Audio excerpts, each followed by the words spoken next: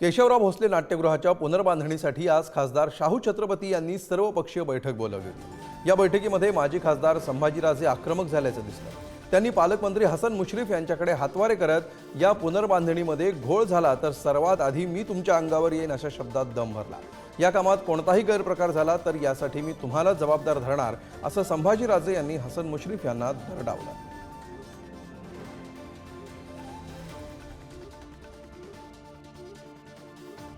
हे शाहू महाराजांची वास्तू आहे।